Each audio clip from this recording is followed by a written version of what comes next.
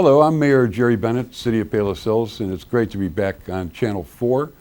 And I'm here to give our residents an update over the last year of activities. And I can't help but start out by the fact of all the things that were done this year, especially the capital improvement projects, have been accomplished by grants. In the last 3 years, the City of Palos Hills has obtained almost $17 million in various grants. And that includes areas of public works, parks, and police. Starting with parks, we were able to obtain another $250,000 grant to complete another playground area at Bennett Park. Probably most importantly this year, in Indian Woods Park, we did a complete rehab of that whole park area. It included new playground equipment, rehab of the pavilion, and landscaping all around that park area. That's actually phase one of a major project, which I'll mention in a little bit, regarding stormwater detention in the 4th Ward area. But also in the area of police, Palos Hills again received close to $125,000 in grants to further equip our police department. We were able to get the new body-worn cameras, which were mandated by the state of Illinois. We were also able to purchase various police equipment like safety vests, and also in the area of concern in the neighborhoods, speed cameras, those little trailers that indicate speed, and that's helped out a lot. We purchased 4 of those to now place throughout the city in various neighborhoods to get people to pay attention as to various speeding. But probably the most important of the grants, probably close to $13 million, $14 million of those grants, came in the area of public works. You know, a lot of people understand or don't understand the importance, obviously, of the infrastructure of the city. And in Palos Hills, we're very proud of it. We have a state-of-the-art infrastructure system.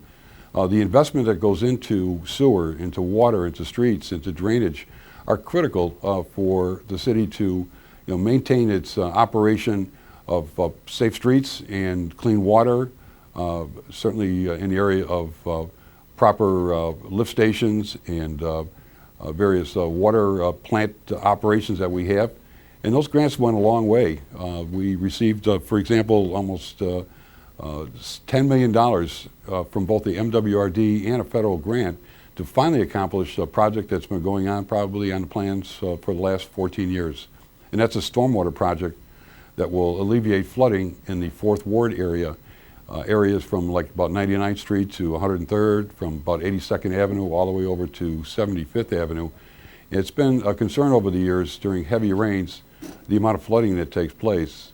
Well, this project, which we hope will start finally next year in 2025, will help alleviate that flooding. It'll basically include a new storm water system running 60-inch pipes from Roberts Road over to Lucas Ditch. That's over by the county courthouse.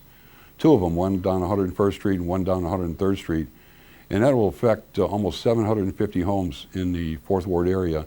And when that project's complete, we believe that will help tremendously in eliminating localized flooding, certainly during even up to moderate rainstorms. So we're really looking forward to that. Again, that's almost $10 million of grants from both the MWRD and the City of Palos Hills.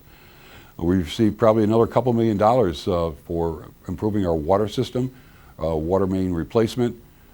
Next year, Oak Lawn will be completing, the Oak Lawn water system will be completing the last phase of their new main 60-inch transmission main that goes from Oak Lawn all the way out to Orland Park, primarily down Southwest Highway.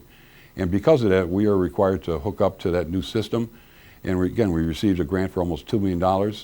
The water line will cut across the municipal golf course at around 73rd Street and 105th Street.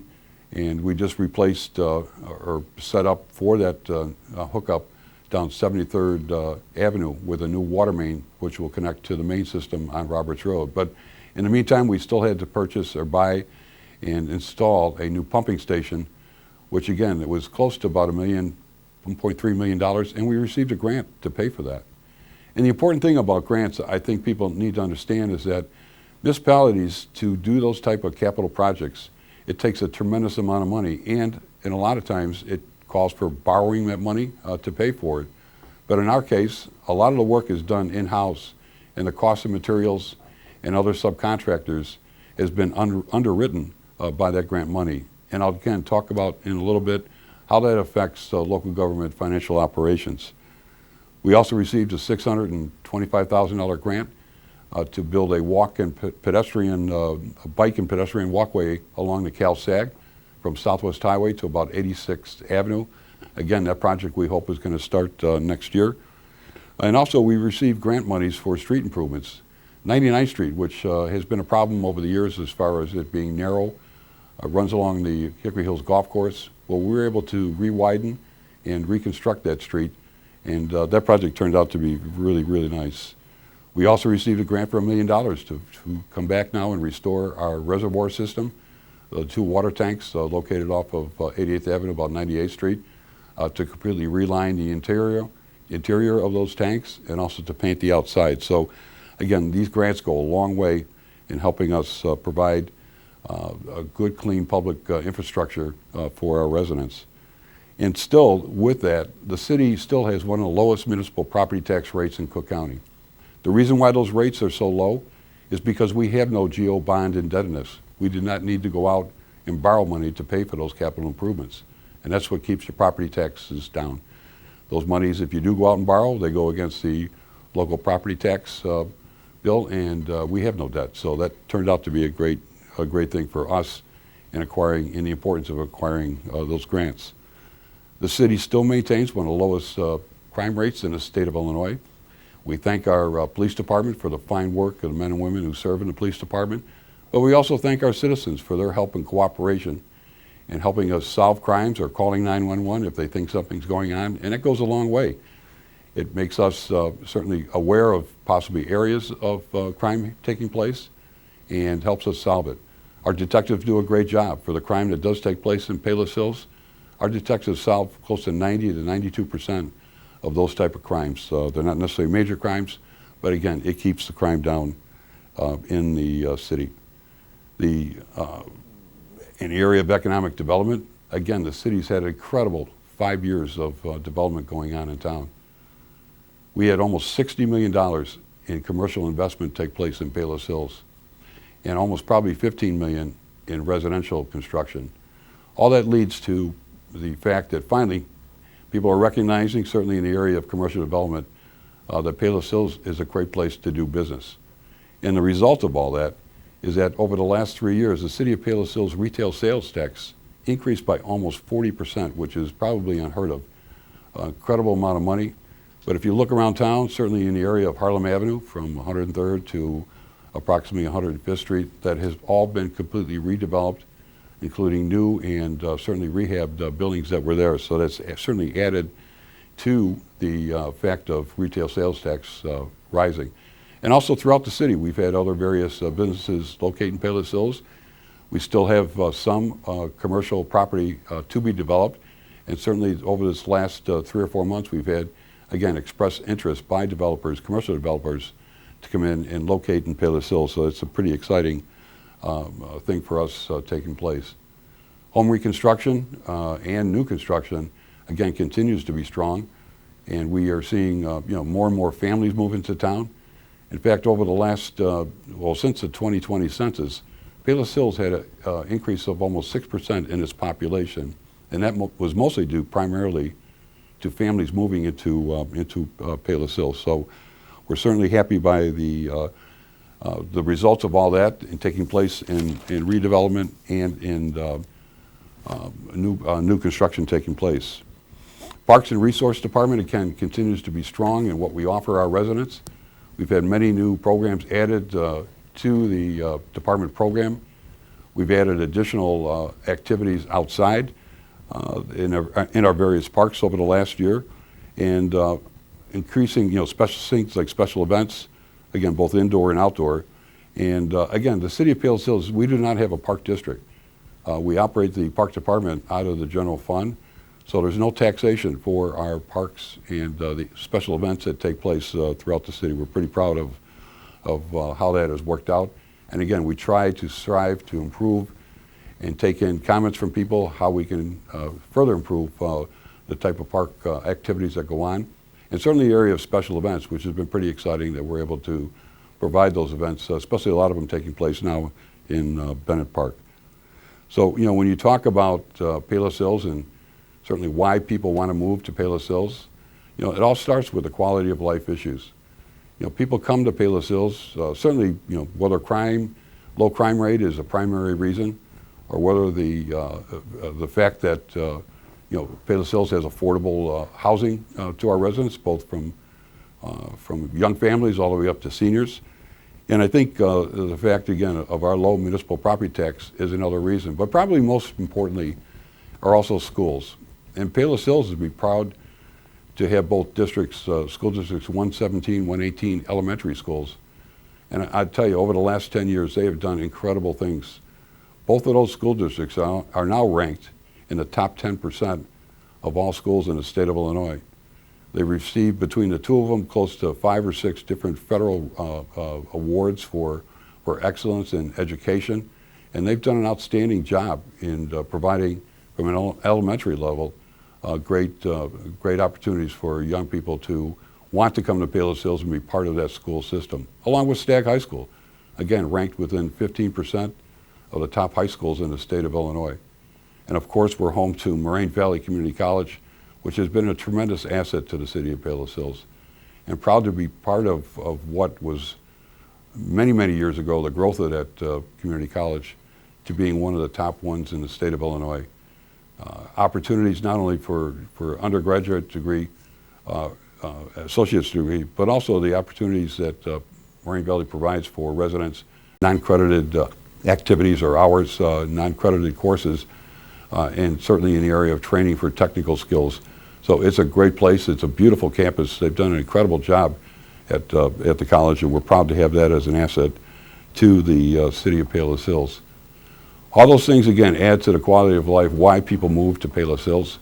And again, whether it's education, you can go from preschool all the way to an associate's degree at Moraine Valley, and you can walk to all those facilities or get a bike and be able to travel. You don't even need a car from a young age all the way up to your second year of college to just take right place in Palos Hills. And one of the things that I think also makes the community is the cooperation that we have with the other agencies, whether it's the North Palos Fire Protection District, which those guys do a great job. Men and women of that department do a great job in servicing both our city and Hickory Hills. The Green Hills Public Library, located in Palos Hills, which also serves both Palos Hills and Hickory Hills. And again, they work in great cooperation with us. They also help sponsor special events that take place in the city. So we're very grateful to the partnership that we have with some of the other agencies that are located in Palos Hills. And I think to look at what else is offered in our community, many residents who volunteer for various activities in our city, whether it's, you know, volunteering for city events or working with other agencies in town, whether they're working with the service organizations who we really appreciate, the churches which we appreciate, in providing activities and events in the city, and the citizens of Palos Hills who volunteer to help those organizations have those events take place, again, along with the city of Palos Hills. It does take a team to do all this, and we're very proud of what happens in our community in working with our residents and helping make and build the quality of life in Palos Hills as best we can. And like anything else, all this doesn't get done without teamwork. And I've been blessed over the years to have some of the best department heads, young department heads, smart, don't have to micromanage them. They know what they're doing. And that's been part of the team effort that's taken place. The employees of Palos Hills, they work hard, they take pride in what they do. And so many things that get done in our city are done in-house. Public Works, for example, a lot of the things are not farmed out to subcontractors to do water and sewer projects. You know, in fact, over the last 2 years, they've built a couple outdoor pavilions, which saved us money. The work that they do goes beyond just the general sewer and water and snow plowing. These guys are very talented. They're almost like a construction crew. So we're very proud of that aspect of not only saving the city money, but those employees also, again, taking pride in what they do. We're very, very blessed to have that happen in our community. The City Council, being able to work with the City Council over the years, has been an incredible thing. I mean, they all roll up their sleeves and understand that we're here to serve the city. We're here to serve the citizens of Palos Hills, and that effort needs to take place every day. You know, they say you're only good as what you did yesterday, and I believe in that. And we're here to work for the future of this city, to improve its quality of life. And I think to thank them, to thank the city residents for their spirit of cooperation and pride that they take in their community, whether it's through the annual events that we have, like the beautification awards, or whether or not it's just a matter of them, again, volunteering for various public activities that take place. It all makes part of a city a great place to live and work. And I can't be more thankful and blessed again to have been honored over the years to serve as the mayor of this community. It's taken great pride on my part to be a part of something bigger than myself, and certainly knowing that people invest, whether it's their residents, whether it's building a business in town, having a business in town, supporting those businesses, is all very special. And it means a lot to me to be thankful for having this opportunity to serve as your mayor. And certainly on behalf of the members of the City Council and all the employees of the City of Palos Hills, I want to thank them and thank you, and we hope all of you have a very happy holiday season, a very Merry Christmas, and certainly a healthy and happy New Year. We're here to work for you. Let us know if we can be of assistance or some suggestions or ideas that you may have. Please let us know. We're here to serve you. That's what it's all about.